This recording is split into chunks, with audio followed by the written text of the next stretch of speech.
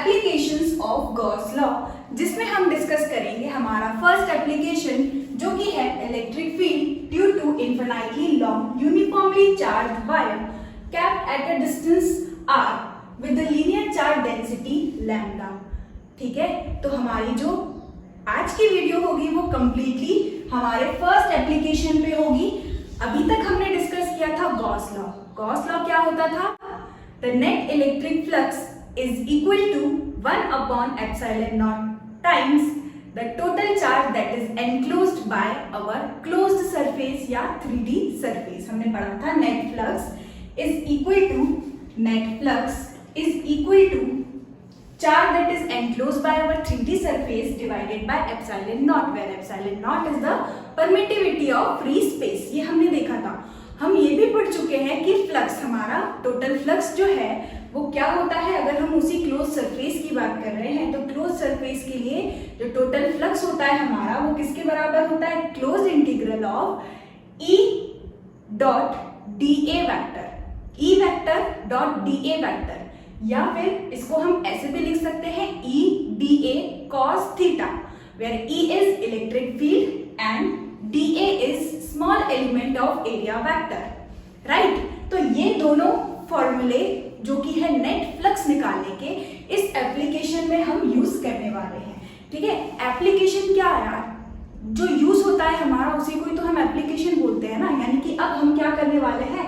Gauss law को use करने वाले हैं, अप्लाई करने वाले हैं to find the electric field due to infinitely long uniformly charged wire. इसको समझते हैं। Infinitely long uniformly charged wire हम किसको कहेंगे? देखो, एक वायर हम ये लेते हैं छोटी सी, ठीक है, एक वायर हमने ये ली है, ठीक। अगर हम इस छोटी सी वायर को देखें, इस छोटी सी वायर को देखें और यहाँ पर एक पॉइंट कंसीडर करते हैं इतनी दूर, ठीक है, यहाँ से अगर हम इसका फील्ड ऑफ व्यू देखें, फील्ड ऑफ व्यू मतलब कि हम यहाँ पर खड़े हैं, यहाँ से इसका स्टार्टिंग पॉइंट, इसके एंड पॉइंट्स को अगर हम ज्वाइन कर दें, राइट, इस पॉइंट से हम इसके एंड पॉइंट को ज्वाइन कर दें कुछ इस तरह से, ठीक, और ये इसका सेंटर, ठीक है। अब हम क्या करते हैं? एक पॉइंट बिल्कुल इसके पास में कंसीडर करते हैं। यहाँ पर एक पॉइंट हमने कंसीडर किया है इतना बिल्कुल पास में। अब अगर हम यहाँ पर इसका फील्ड ऑफ व्यू देखें तो ये इस टाइप का कुछ यहाँ पर एंगल क्रिएट हो रहा होगा, ठीक है, इस टाइप का कुछ एंगल क्रिएट हो रहा होगा। अगर हम सेंटर से इसकी सेंटर से एंगल ड्रॉ करें तो यहाँ पर एंगल और यहाँ पर एंगल है ना, 90 डिग्री से ये एंगल कैसा है? कम है, राइट। यानी कि ये जो ऑब्जेक्ट हमको दिखेगा, ये कैसा है? फाइनाइट है। अगर हम इसी ऑब्जेक्ट को यहाँ से देख रहे हैं तो इस पॉइंट से देखने पे ये ऑब्जेक्ट हमको कैसा दिखेगा? फाइनाइट दिखेगा, राइट। हमारे पास यहाँ पर कोई बिल्डिंग है अगर, तो बिल्डिंग को हम दूर से देखते हैं तो वो बिल्डिंग हमको कैसी दिखती है? कुछ फाइनाइट दिखती है। लेकिन हम उस बिल्डिंग के बहुत ज्यादा करीब आ जाए या किसी भी ऑब्जेक्ट के बहुत ज्यादा करीब आ जाए तो हमको ऐसा दिखता है यार ये बिल्डिंग कितनी बड़ी है, राइट। तो यही कॉन्सेप्ट हम यहाँ पर यूज कर रहे हैं infinitely long uniformly charged wire को समझने के लिए, ठीक है। एक इन्फिनिटली लॉन्ग यूनिफॉर्म वायर हम किसको कहेंगे? इन्फिनाइट लॉन्ग वायर हम किसको कहेंगे? जिसमें हम एक ऐसी वायर ले रहे हैं, इस तरह से कुछ वायर ड्रॉ करेंगे जिसमें हमें किसी एक डिस्टेंस पर, एक पॉइंट पर इलेक्ट्रिक फील्ड निकालना है और किस डिस्टेंस पर? r distance, right. तो जो हमारा डिस्टेंस r है वो कहाँ से होना चाहिए?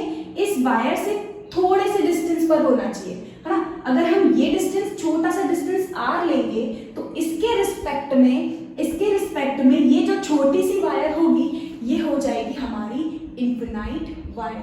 आई होप आपको मेरा पॉइंट जो है वो समझ आ रहा हो।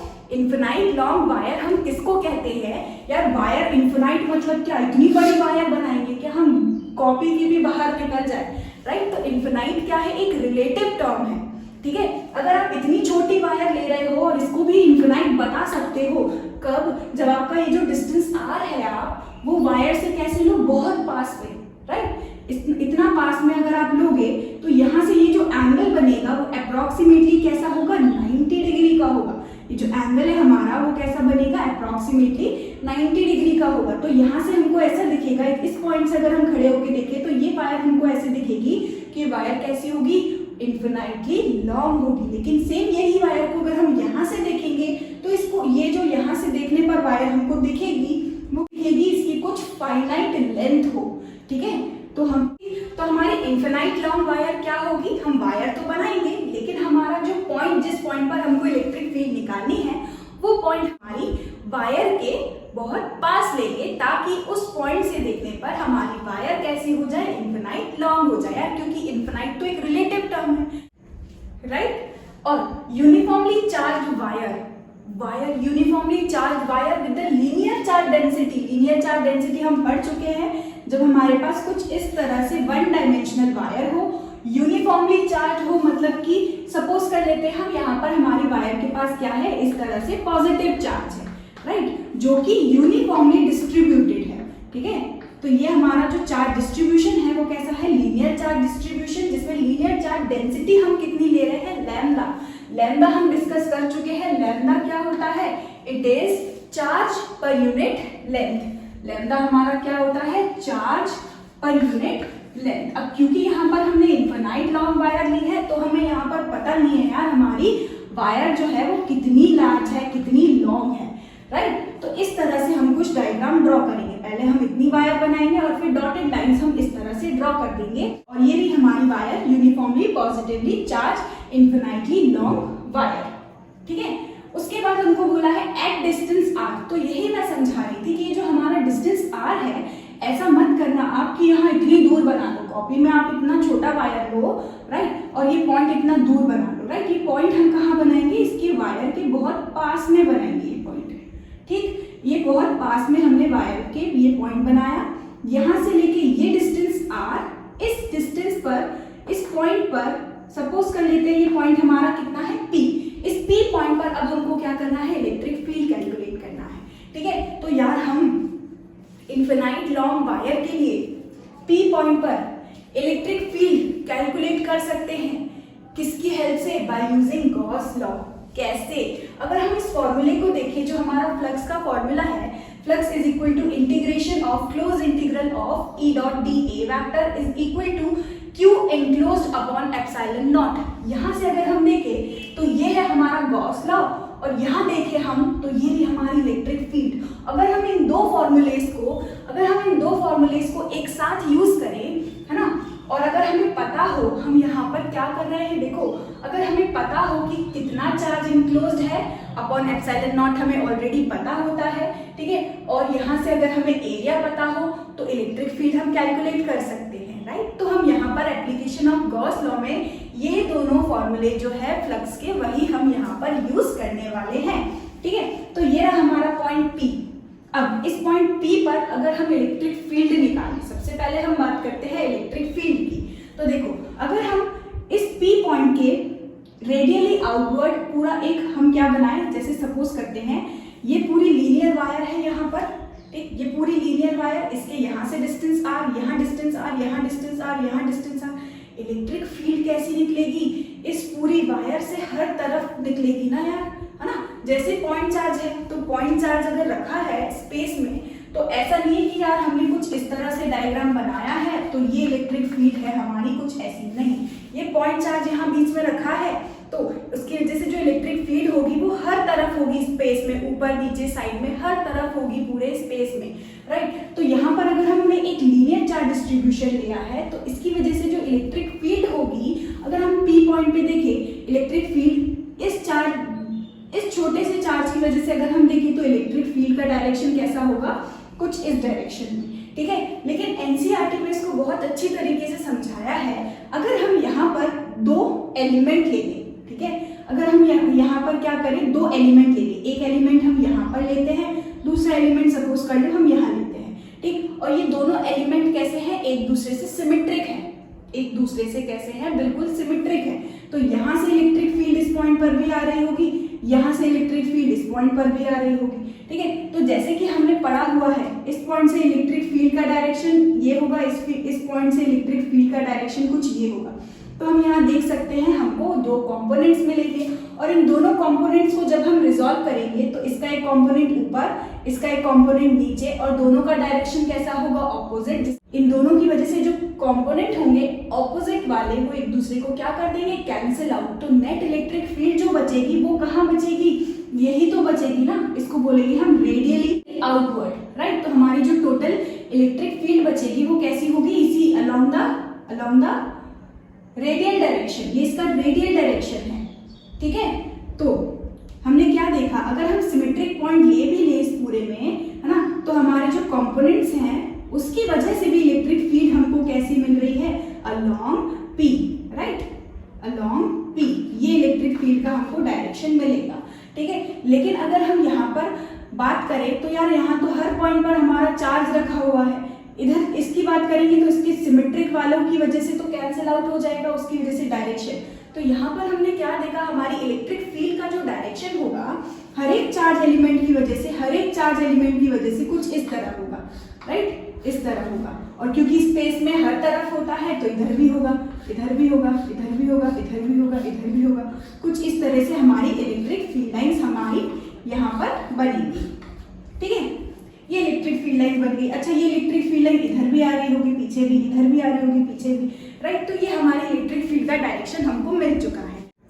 अब क्योंकि हम इलेक्ट्रिक फील्ड फाइंड कर रहे हैं यूजिंग गॉस लॉ, तो गॉस लॉ को अप्लाई करने के लिए हमारे पास क्या होना चाहिए, गॉसियन सरफेस होना चाहिए। और हमने ये देखा था कि गॉसियन सरफेस पे ये जो हमारी इलेक्ट्रिक फील्ड होती है वो कहाँ होती है, ऑन द सरफेस। ये जो इलेक्ट्रिक फील्ड का मैग्नीट्यूड हमको मिलता है वो कहाँ पर मिलता है, सरफेस पे मिलता है। यानी कि अगर हमें इस P पॉइंट पर इलेक्ट्रिक फील्ड निकालनी है ना, तो यहाँ पर इसको हमें सरफेस लेना होगा, ठीक। अगर हम यहाँ पर कुछ इस तरह से, और याद रखो गॉसियन सरफेस की जरूरत पड़ेगी ताकि हम यहाँ पर गॉस लॉ को अप्लाई कर सके। और गॉसियन सरफेस बनाने की हमें कुछ कंडीशंस पड़ी हुई थी। तो गॉसियन सरफेस की कंडीशन क्या थी, सबसे पहली सरफेस जो है वो कैसा होना चाहिए, क्लोज्ड होना चाहिए, सिमेट्रिक होना चाहिए। देखो अगर हम यहाँ पर क्लोज्ड सरफेस एक स्फीयर ले लें, ठीक, यहाँ पर क्लोज्ड सरफेस ऐसे स्फीयर ले लें कुछ, ठीक है। जैसे अगर मैं यहाँ पर बता दूं कुछ इस तरह से अगर हम स्फीयर ले लें, ठीक है, तो यहाँ से ये डिस्टेंस तो हमारा r होगा, इलेक्ट्रिक फील्ड का पॉइंट ये r होगा, लेकिन यहाँ से ये डिस्टेंस हमारा r नहीं होगा। यानी कि इसके सरफेस पे इलेक्ट्रिक फील्ड का मैग्नीट्यूड जो है वो सेम हमको नहीं मिलेगा। इसलिए हम एक स्फीयर जो है क्लोज्ड सरफेस वो इसके लिए ड्रॉ नहीं कर सकते हैं। तो फिर क्या करें हम, और क्लोज्ड सरफेस लेते हैं। सबसे पहले हमने लिया क्लोज्ड सरफेस, या गॉसियन सरफेस ज्यादा बोले तो बेहतर होगा। सबसे पहले हमने चूज किया गॉसियन सरफेस। गॉसियन सरफेस यहाँ पर क्या है, हम यहाँ पर बनाएंगे एक सिलेंड्रिकल, ठीक है। गॉसियन सरफेस कैसा होगा, सिलेंड्रिकल। देखो यह हमारा गॉसियन सरफेस, सिलेंड्रिकल सरफेस। हमने सिलेंड्रिकल सरफेस क्यों बनाया, देखो अगर हम इलेक्ट्रिक फील्ड देखें तो चार्ज डिस्ट्रीब्यूशन की वजह से इलेक्ट्रिक फील्ड हमेशा कैसे मिलेगी हमको, radially outward. Net electric field direction हमको कैसे मिलेगा, रेडियली आउटवर्ड। तो यहाँ पर अगर हम देखें तो ये रेडियली आउटवर्ड इलेक्ट्रिक फील्ड कुछ इस तरह से, राइट। यहाँ से देखें रेडियली आउटवर्ड इलेक्ट्रिक फील्ड कुछ इस तरह से, ये इलेक्ट्रिक फील्ड का डायरेक्शन इस तरह से, इलेक्ट्रिक फील्ड का डायरेक्शन इस तरह से, राइट। तो ये भी हमारी इलेक्ट्रिक फील्ड दोनों तरफ से।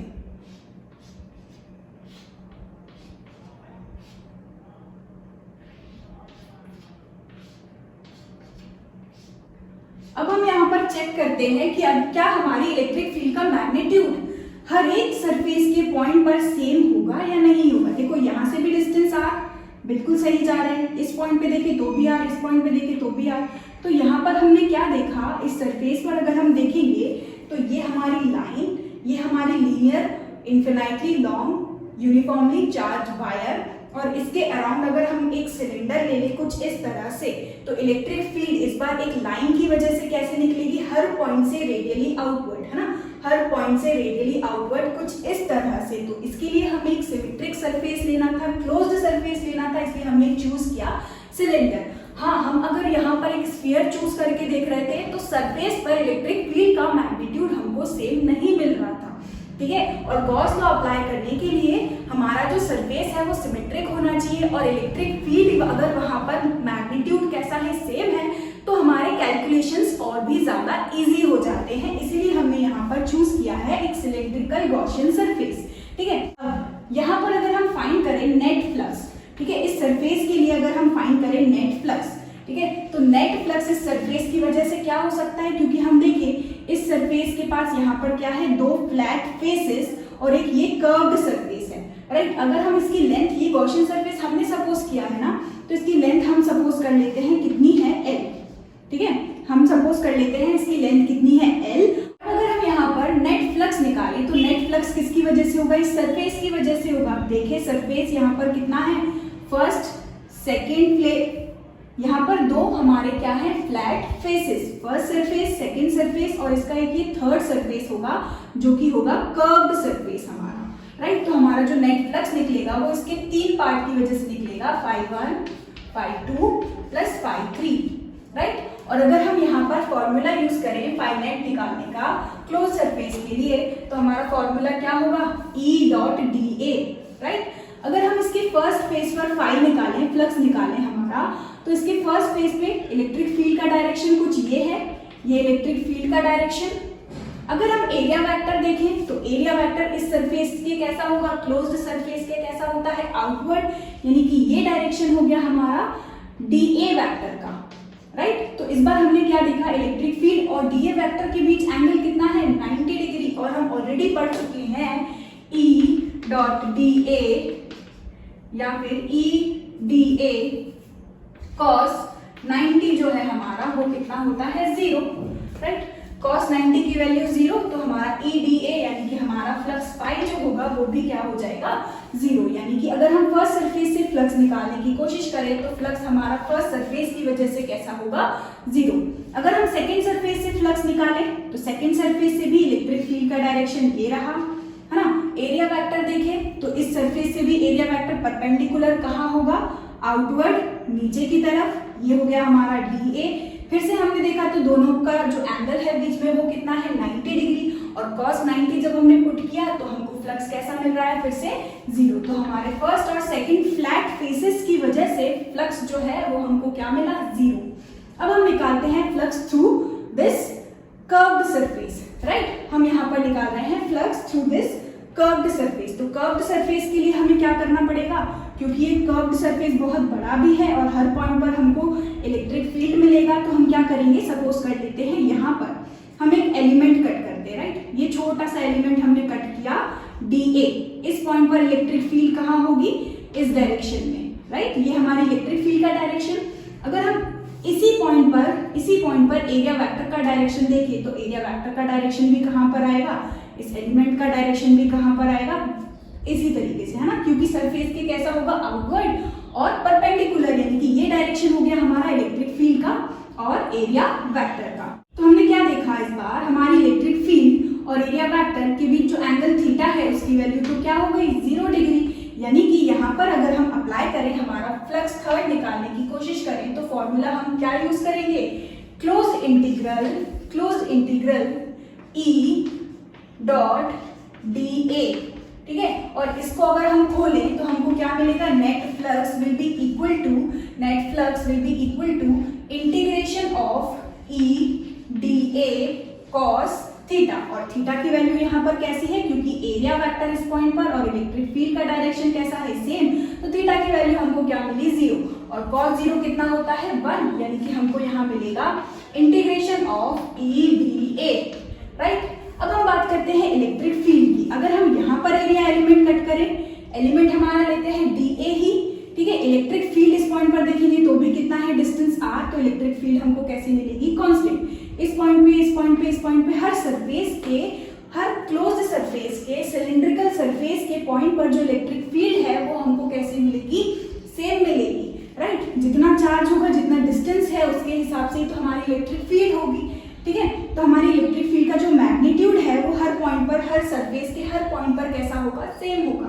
यानी हमारी इलेक्ट्रिक फील्ड, तो हम इस इलेक्ट्रिक फील्ड को इंटीग्रेशन से क्या कर सकते हैं, बाहर निकाल सकते हैं। तो हमारा अंदर क्या बच जाएगा, इंटीग्रेशन ऑफ DA, ठीक है।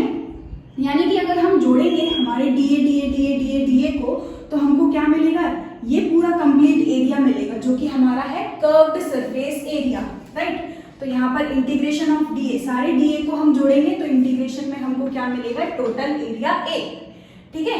अब क्योंकि ये एरिया है किसका, कर्व्ड सरफेस का, तो कर्व्ड सरफेस का एरिया कैसे निकालते हैं यार, अगर ये डिस्टेंस हमारा कितना है r, ये डिस्टेंस कितना है r, सिलेंडर की लेंथ हमने सपोज की हुई है कितनी L, तो हमारा जो एरिया है curved surface area of cylinder कितना होता है 2 पाई r h होता है।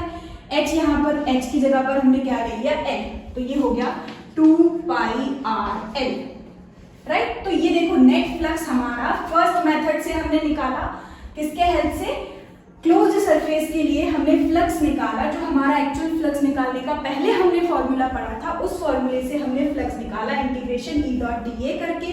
तो हमको जो नेट फ्लक्स है वो कितना मिल रहा है E times of 2 pi r L। अब हम, क्योंकि ये क्लोज्ड सरफेस है ना, अब हम अप्लाई करते हैं गॉस लॉ यहाँ पर, ठीक है, applying Gauss law. Gauss law क्या कहता है, net flux is equal to charge that is enclosed by the closed surface, total charge enclosed by this closed surface divided by epsilon naught, ठीक है। लेकिन हम यहाँ देखें तो हमें चार्ज तो पता ही नहीं है, क्योंकि ये सिलेंडर तो हमने चूज किया ना, ये सिलेंडर को हमने चूज किया है, राइट, ये सरफेस हमने ड्रॉ किया है, हमें तो पता ही नहीं है, हमारे पास तो इतनी बड़ी वायर थी, लॉन्ग वायर थी, ठीक है, तो हमारे पास इसके अंदर चार्ज कितना है ये तो हमें पता ही नहीं है। लेकिन हमें ये तो पता है इसकी लीनियर चार्ज डेंसिटी कितनी है, लैम्डा।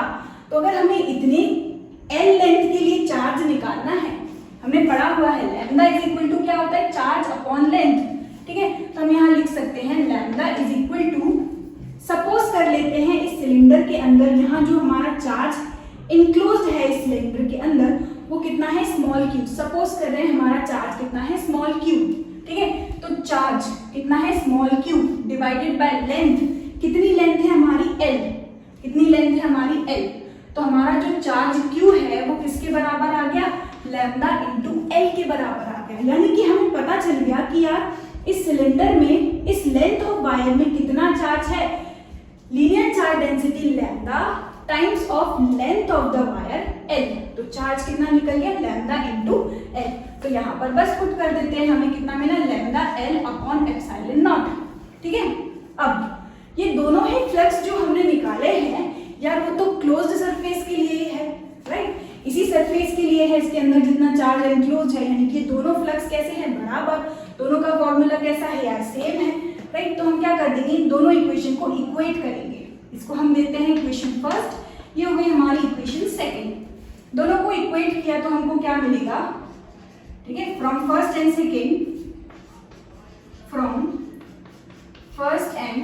सेकंड हमको क्या मिलेगा, देखो E 2 pi r L is equal to lambda L upon epsilon naught. L से L कैंसिल, देखो इलेक्ट्रिक फील्ड हमको मिल चुकी है, electric field is equal to lambda upon 2 pi epsilon naught r, यानी कि हमारी जो इलेक्ट्रिक फील्ड है इस लीनियर चार्ज की वजह से वो r स्क्वायर पे नहीं, it is proportional to 1 upon r, right. यहाँ पर ठीक, तो हम यहाँ पर इलेक्ट्रिक फील्ड निकाल चुके हैं due to infinitely long uniformly charge wire. लेकिन ये जो वायर है हमारी उसको हमें कंसीडर करना है इन्फिनाइट, लेकिन ये जो हमारी वायर है या ये जो इलेक्ट्रिक फील्ड निकली है वो किसके लिए निकली है, इन्फिनाइट लॉन्ग वायर के लिए निकली है, ठीक है। तो ये हम वहां पर अप्लाई करेंगे जब हमें हमारी वायर कैसी दी हो, इन्फिनाइट लॉन्ग दी हो, और इन्फिनाइट एक रिलेटिव टर्म है, यानी कि हमारा जो पॉइंट है वो वायर के पास होना चाहिए, ठीक है, बहुत ज्यादा दूर नहीं होना चाहिए। और यहाँ पर अगर हम E और R का रिलेशन देखें, है ना, या फिर ग्राफ बनाने की कोशिश करें, तो graph for E versus R क्या होगा, देखो अगर हम रिलेशन देखें तो E इस बार इनवर्सली प्रोपोर्शनल है R स्क्वायर के, नहीं इनवर्सली प्रोपोर्शनल है R के, यानी कि ग्राफ हमारा कैसा बनेगा, एक रेक्टेंगुलर हाइपरबोला, कुछ इस तरह से। ये हो गई हमारी इलेक्ट्रिक फील्ड, ये हो गया हमारा R, तो रेक्टेंगुलर हाइपरबोला हमारा बनेगा, ठीक है, ये हमारा ग्राफ। तो आज हमने पढ़ा एप्लीकेशन ऑफ गॉस लॉ में फर्स्ट एप्लीकेशन, जिसमें हमने फाइंड किया electric field due to this infinite long uniformly charge wire, right, जिसकी लीनियर चार्ज डेंसिटी कितनी थी, लैम्डा। तो बेसिकली हमने यहाँ पर क्या किया, फ्लक्स को दो अलग अलग तरीकों से अप्लाई किया। कैसे, पहले हमने फर्स्ट मेथड हमने क्या किया, सिलेंडर, एक गॉसियन सरफेस लिया, एक गॉसियन सिमेट्रिक गॉसियन सरफेस लिया है और फिर उस सरफेस पर हमने हमारे पुराने वाले फ्लक्स के फॉर्मूले को यूज किया और हमने क्या निकाला, टोटल फ्लक्स निकाला। ठीक है, इसके दो सरफेस पर निकाला तो दोनों सरफेस की वजह से जो इलेक्ट्रिक फील्ड है और एरिया वेक्टर है दोनों कैसे हैं, परपेंडिकुलर, तो उनकी वजह से जो फ्लक्स था वो तो हमको क्या मिला, 0। लेकिन हमारा जो कर्व्ड सरफेस है उस पर हमको उसकी वजह से हमको फ्लक्स जरूर मिला है और वो कितना था, हमारा फ्लक्स E × 2πRL हमको मिला, राइट। और फिर हमने क्या किया, गॉस लॉ अप्लाई किया। गॉस लॉ अप्लाई करने के लिए हमको चार्ज चाहिए था, हमें तो चार्ज पता ही नहीं था कि इसके अंदर कितना चार्ज है, तो हमने हेल्प ली किसकी, लीनियर चार्ज डेंसिटी की। ये तो हमको दिया हुआ है, लीनियर चार्ज डेंसिटी लैम्डा हमारा क्या होता है, चार्ज पर यूनिट लेंथ। तो हमें लेंथ तो पता थी L है, लीनियर चार्ज लैम्डा भी हमको पता है, डेंसिटी, ठीक। तो हमने चार्ज निकाल लिया डेंसिटी इनटू लेंथ, राइट। तो हमको चार्ज मिल गया कितना, लैम्डा L/ε0, और दोनों को हमने इक्वेट किया तो हमारी निकल गई इलेक्ट्रिक फील्ड। ठीक है, तो यहीं पर खत्म करते हैं इस लेक्चर को। इसके बाद वाली वीडियो में हम देखेंगे second application of Gauss law. Thank you so much for watching this video. Notes और क्वेश्चंस आपको डिस्क्रिप्शन बॉक्स में नीचे मिल जाएंगे।